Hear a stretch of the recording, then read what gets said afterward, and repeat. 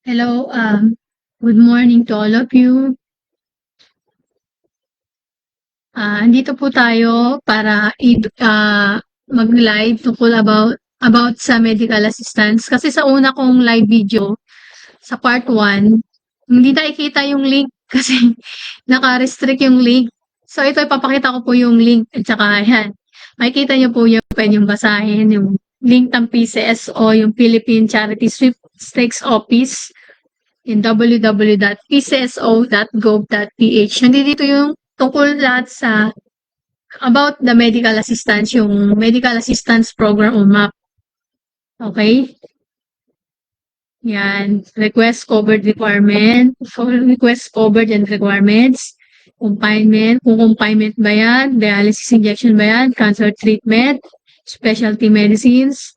Hemodialysis. Laboratory, implant or medical devices or catastrophic illnesses. Tapos procedure, nandiyan din po. Pwede niyo pong basahin. Okay, so yan. Copy niyo lang po yung link na yan. Kasi pag nilagay ko dun sa comment section, hindi siya nakakopy. Naka-restrict po yung mga comments o po yung mga link. So yan, tandaan niyo na lang po yung nasa taas na ito po, dito po. Yan, yan po yung link, okay? So yun. Okay na. So yan, nandiyan lahat ng tungkol sa medical assistance. Ngayon, pagpunta naman natin dito sa DSWD, ito naman po yung website niya, aics.dswd.gov.ph/medical-assistance.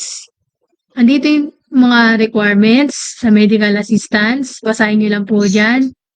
Okay, ito po yung link. Yan, highlights ko po, no? Yan po yung requirements. Medical assistant requirements. Dahan-dahan ko na baba, no? Nabasa ko na po ito sa una kong live. Opo, na-explain ko na po doon. Pero mas maganda kung basahin nyo rin po siya lamnamin nyo po siya para mas maintindihan nyo. Ayan. Pati mga reminders, nandiyan po. Okay, para hindi po ay malilito. Dito naman po tayo sa Department of Health. Ang website naman nila ay doh.gov.ph organization/malasakit-program-office-process-of-availing-of-medical assistance. Ito po yung link. Yan, naka-highlights. Okay? So, babasahin niyo po yung tungkol dyan sa Malasakit Program Office. Paano makahingi ng tulong sa Malasakit Center? Saan matatagpuan ang mga Malasakit Centers? Sino-sino pwede makatanggap ng mga benepisyo sa Malasakit Centers? Ang mga sumusunod ay mga mahihinging tulong sa loob ng Malasakit Center. Yan, okay. Pagdating naman po dito sa isa, sa Senate Public Assistance Office o SPAO, Medical Assistance, ang link naman ay legacy.senate.gov.ph SPAO_MAS-ASP. Okay, ito na po yan yung link. Naka-highlights, no? Puntahan lang po nyo yung link na yan. Yung naka-highlights na yan, okay? Tapos nakalagay dito yung list of senators with medical assistance. Tapos yung download SPAO form here. Mamaya puntahan po natin yan. Dahan-dahanin ko lang. Ito po yung mga senator na bibigyan ng medical assistance. Tapos yung requirements. Okay?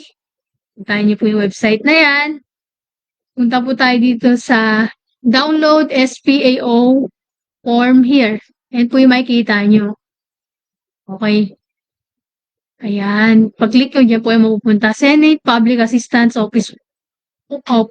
Yan po yung form. So, lahat po ng paglalapitan yung senator, dapat meron po nito. May form na ganito. Okay? Kung 6 sila, so 6 na papel to, 6 na kopya, 6 na pipila pa nyo rin po. Okay? Ganun po siya.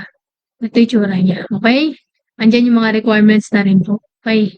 So, bako lang po siya. Pag-back, nandun po siya sa Senate of the Philippines, 19 Congress, Senate Public Assistance Office, Medical Assistance. Pagdating naman po dito sa House of Representatives, medical assistance, dito po ang website yan, congress.gov.ph press. Yan. Ito po yun. Click nyo lang po yan. Yung highlights na yan. Yung, makikita nyo po yung tukol sa press release. Okay? Tukol po sa kay Congressman Tingog, representatives and want quick financial aid for persons in crisis situation. Dito, ina-explain na nagbibigay sila ng medical assistance ng 1,000 to 150,000 every 3 months sa indigent, vulnerable, disadvantaged, or are otherwise in crisis situation. Dito naman po sa medical assistance sa Malacanang, ang link po dyan ay itong www.obp.gov.ph/medical-assistance. Ibig sabihin po ng OBP, Office of the Vice President. Okay? Ayan po yung bali, okay? Andyan po yung mga gagawin. Okay, babasahin nyo po yan. Kung saan na main office nila, ano yung mga branch nila. Sa halos sa buong Pilipinas, meron po silang branch at yung mga partner hospital nila. Ayan po lahat yan. Okay, baba nyo lang po konti.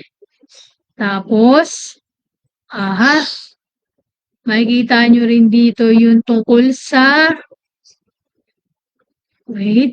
important notice nila, documentary requirements, general requirements. Ayan. Sa bandang baba po yan, mga kaibigan, okay? Additional requirements for case types. Hanapin nyo kung saan po saan yung ilalapit nyo para sa additional requirements. So, yan. Madali lang po siya, mga kaibigan. So, ganun lang po siya kadali. Shortcut ko lang po sa inyo na tawag dito sabihin itong mga to. Kasi nga po, yung link nung binigay ko sa inyo nung nakaraan sa unang live ko, hindi nakikita kasi naka-restrict po ako. Dahil iba kasi nagpapadala sa akin ng virus. Kaya ang ginawa ko, yung mga link na pinapadala sa akin, hindi po pwedeng ma-view. Para for safety na rin po. So, ganito na lang ginawa ko siya. Kumbaga, inano ko na lang po sa inyo, share screen ko na lang po. So, maraming salamat po sa inyo. Sana nag-enjoy po kayo. At sana nagustuhan nyo tong live ko tungkol sa medical assistance. At ipalaganap nyo po to sa lahat ng tao. Lalo sa bansang Pilipinas. Okay, salamat po.